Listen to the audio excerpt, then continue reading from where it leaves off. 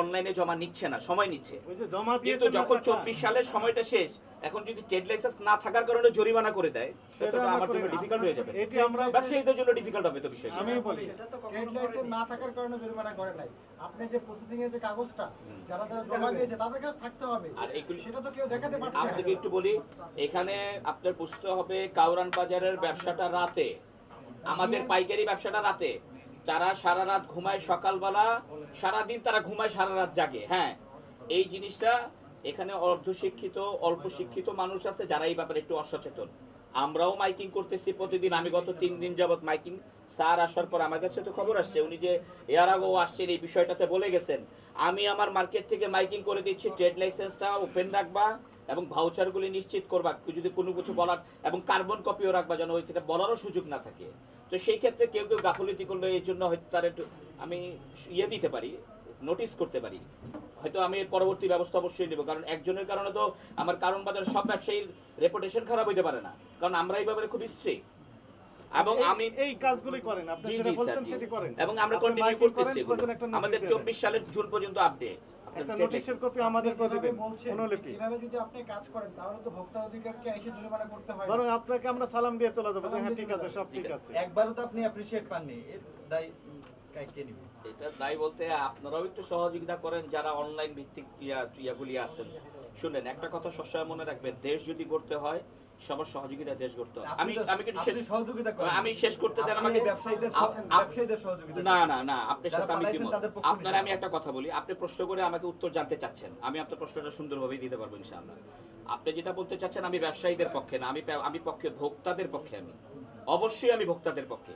ভোক্তাদের পক্ষ থেকে আমার অফিসিয়ালি যেগুলি মাইকিং করার দরকার, যেটা করার দরকার করছি, এবং অফিসিয়ালি আমার ট্রেড লাইসেন্স রিনিউ করার জন্য যা যা প্রসেসিং দরকার আমি করতেছি।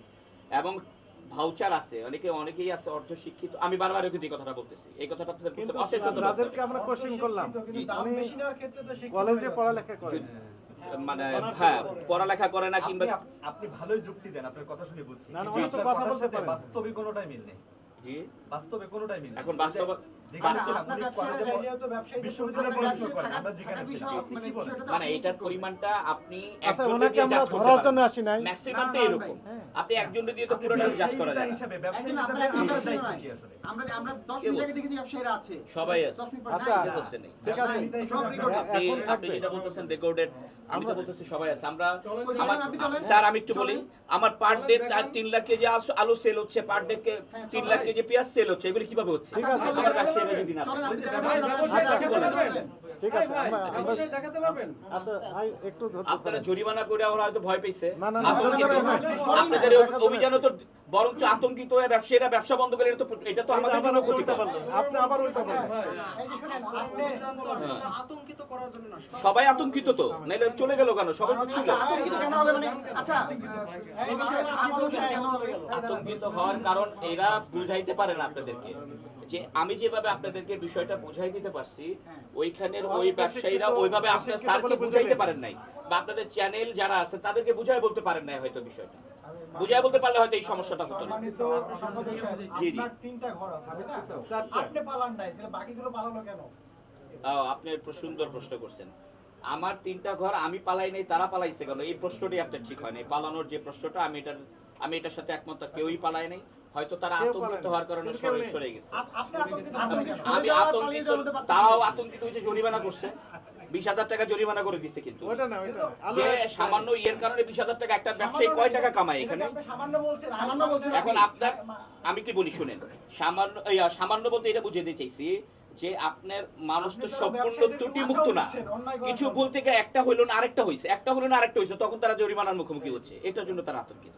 আপনি 10 টাকা 6 টাকা 7 টাকা লাভ করবেন, এটা আতঙ্কিত হবে না? এটা যদি হয়, অবশ্যই যদি কোনো ব্যবসায়ী করে স্যার ব্যবস্থা নেবেন, আমরা আছি, আমরাও ব্যবস্থা নেব, আমরাও ব্যবস্থা নেব, আমরা এই ক্ষেত্রে সহযোগিতা করব। আমার কমিটি এই ব্যাপারে খুব স্ট্রিক্ট, যদি কেউ করে আমরা ব্যবস্থা নেব। আমরা চাই আপনার কমিটি পেলাম না আমরা। জি আমরা ফিনিশিং জি স্যার বলেন। দুইটা ধন্যবাদ আপনাদেরকে সুন্দর প্রশ্ন এখন করার জন্য। আপনি যেটি বললেন দুইটা অংশ, একটি হচ্ছে যে জরিমানা বললেন যে অল্প ত্রুটি না, ওনাকে আমরা গত 1 সপ্তাহ আগে 7 দিন, গত বৃহস্পতিবার আসছিলাম, এসে ওনাকে বললাম যে আপনি ওই পার্টি ক্যাশ নেই ওনার, ছাপিয়ে নেই, এক সপ্তাহের ভিতর ছাপানোর কথা, মানে এখন ওয়ার্ক অর্ডারই দেয়নি। ওনাকে বলে মূল্য তালিকাতে চট্ট পড়তেছে সবগুলো 4টে আইটেম 5টা আইটেম বিক্রি করে, 5টা আইটেমের নামই লেখা নেই, চট্ট বোর্ড গেল। ওনাকে আমরা দেখলাম যে এই 94 টাকা কিনেছেন, 89 টাকা কিনেছেন, বিক্রি করছেন 102 টাকা। এটা অযৌক্তিক হয়ে যায়, যেহেতু হোলসেল করেন। এটা কি 109 না কম বেশি হয়েছে? 89 টাকা 109, কিনে 105, 104 এরকম নাকি সবই 109? সবগুলো উনি ওগুলো বিক্রি আচ্ছা, করেছেন। কোন ঘর এটা? কয় নম্বর ঘর? নোট করতে হবে। 47। 43 এখন আপনি যে কথাগুলো বললেন যে আমরা অযৌক্তিকভাবে যদি জরিমানা করে থাকি, আপনি ওনার পক্ষে সম্মতি থেকে মহামান্য হাইকোর্টে রিট করে দিতে পারবেন। মহামান্য হাইকোর্ট যদি বলে যে এটা ইনজাস্টিস হয়ে গেছে, তাহলে জাস্টিস হবে, আমরা মেনে নিই। ঠিক আছে, সুযোগ আছে। আপনার সুযোগ আছে, আপনি যেতে পারবেন। আপনাকে আমরা আরো লিখিত দিব যদি চান কাগজপত্র, এই এই এই এই জরিমানা কেন করা হলো, যেন আপনার রিট করতে সুবিধা হয়। এটি গেল। এইবারে দ্বিতীয় অপশন, এবং যে জন্য আপনার কাছে